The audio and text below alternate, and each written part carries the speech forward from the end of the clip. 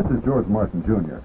The Times KTTV television newsreel staff man in Korea, Charles DeSoria, recorded on film the historic 50-mile retreat of Marines and GIs from Changjin Reservoir to the sea.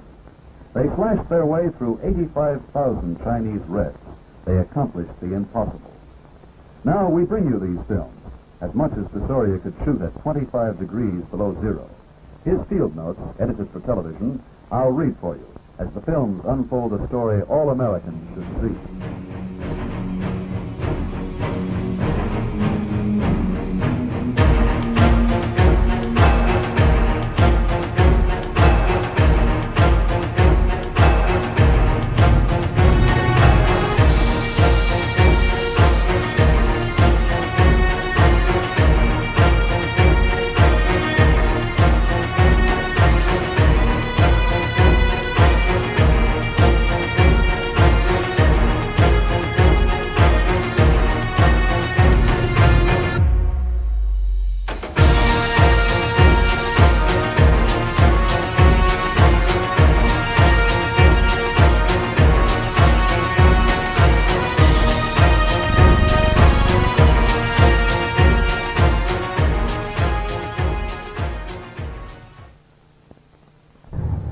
I believe they were Marine tanks. And they really helped us out. That's the main support there, drove them back.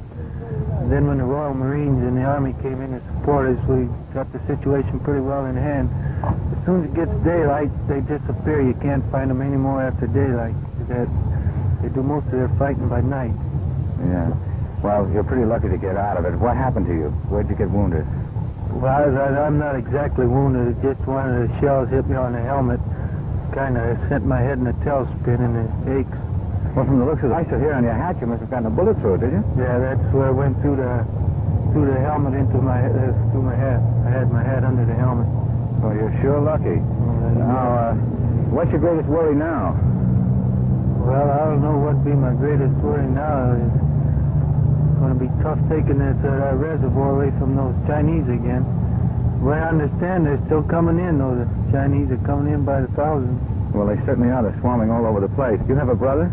Yes, see, I have a brother. He was flown down here just this morning. Where is he? I understand he's here in the tent.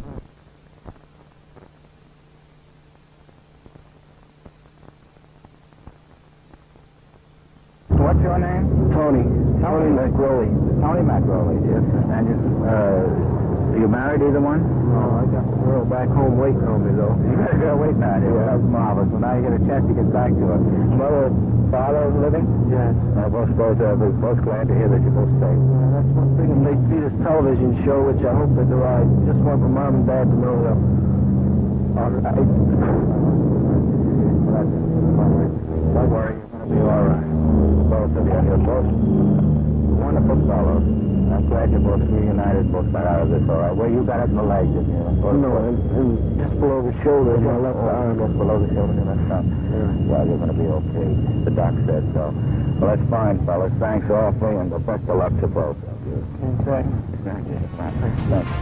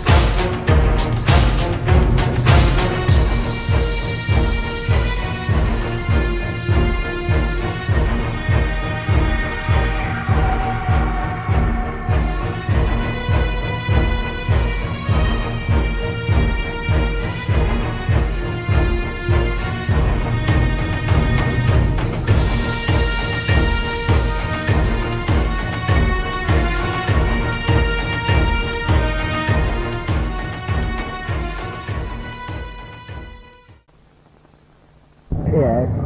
Well, we had quite a few wounded. Yes. A great number of wounded because we had been trapped for 3 days by the Chinese and we couldn't get out. We couldn't evacuate our wounded very well. So we were all put in trucks. Decided to fight our way back to from the troops. didn't have very many vehicles, so we crowded into the vehicles the best we could. Into the flatbeds of the truck. That's right. And we had to fight our way. We had some foot soldiers, and we had to fight our way through several roadblocks in order to get back to the friendly Marines. But however, before we got there, we were ambushed by Chinese with machine guns and I believe 57-millimeter weapons. And we were stopped, and all of our vehicles, except possibly one, were shot up. We were not able to go any further. Some of the men escaped in the darkness, but of course those who were wounded could not escape, so the only thing we could do was give up. What did they do to you then, as they stripped you of your belongings? Well, I laid on the bank of snow and pretended that I was dying, so they left me alone. They thought I would freeze to death anyway. And so they took the other men that were able to walk up on the hill. I could not see, of course, but from the noises that were going on, I could tell that they were killing the men on the hill. Did you actually see anybody No, shot? I did not. But others that I contacted later said they heard it, and you could hear screaming and so forth up there. Well, I was getting so cold that I almost asked the Chinese to take me with the others. Before I did that, another man came to and asked them to take him with the other prisoners. And then I saw them take him over to a hole and shoot him. So I knew then that I might as well stay there and freeze myself. And that's what I decided to do. However, daylight came. Well, wait a minute, Lieutenant, you actually saw them shoot this man? Yes. You did? Well, that's an atrocity right there. And what did you do then, Lieutenant? I laid on the ground, and when daylight came, the Chinese took off to some position other than there, that hill. So I crawled down to the bottom of the hill where our vehicles were and found that a number of other our troops were also crawling out to build fires so they could thaw out. So a short time later, the 3 or 4 Chinese came back again and started shooting at us from the hill. So another Lieutenant Milans from the 57th Artillery, and myself and 2 other enlisted men crawled out across the reservoir on the ice on our hands and knees, and we crawled out to approximately the center when we saw a Marine liaison plane and waved at him, and he dropped us a message that the Marines would be out in the Jeep to pick us up. So they did. You're married, Lieutenant? Yeah, yes. And where's your wife now? What is San Antonio? San Antonio. And how many children have you? 2 children. How old are they? One is 7 and the other is 3. Boy and girl? Or 2 boys. 2 boys. Well, that's fine. I bet they'll be glad to see you. Yeah. We're sure lucky to be getting back to them. I'm sure glad to get back this far. The story of the 1st Marine Division, recorded on film by Times KTTV cameraman Charles DeSoria, now comes to December 6th, the day when the 5th and 7th regiments, now consolidated, were about to move toward the sea. DeSoria's field notes continue the story.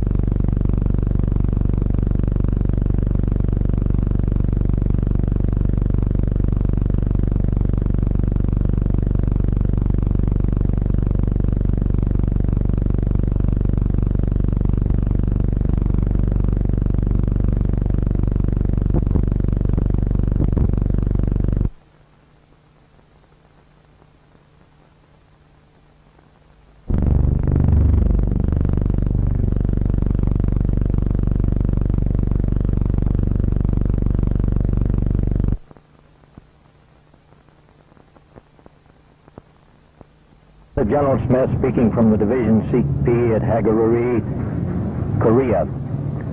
We have here a temporary C-47 strip. We've assembled here 2 regiments and are moving south tomorrow. The 2 regiments, the 5th and 7th Marines, did an outstanding job in fighting their way out over the mountain passes from Udamni to here. It was necessary to cross a frozen pass 4,000 feet in elevation, fight all the way up and fight part of the way down. They brought out their equipment, they brought out their wounded. Yesterday we evacuated 1,000 of their wounded. Today we'll evacuate 1,000 more casualties, part of them frostbite.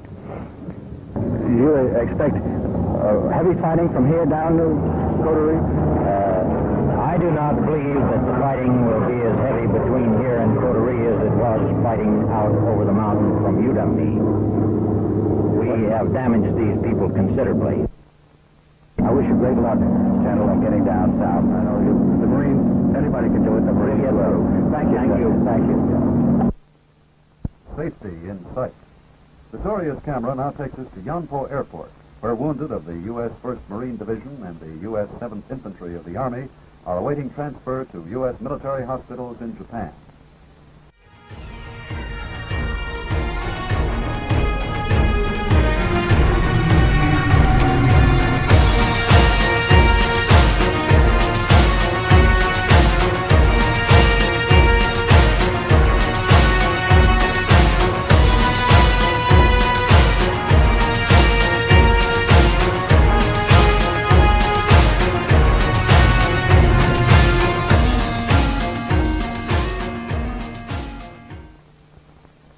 And you also managed to get all your wounded out, too, didn't you? To the best of our knowledge, there was not a wounded man left in the hills. We had them tied on vehicles to keep them from falling off. In my own Jeep, I had 2 men tied on the hood and 1 man riding in the seat. We piled them on every vehicle that would run. And so far as I know, there was not a single wounded Marine left in the hills.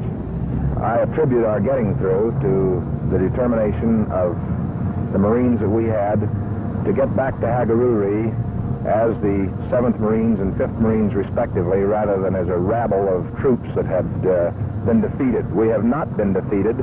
We're not going to be defeated, and we're going to get out of this place, and there's going to be a lot of Chinese that are sorry they ever saw the United States Marines in this part of the country.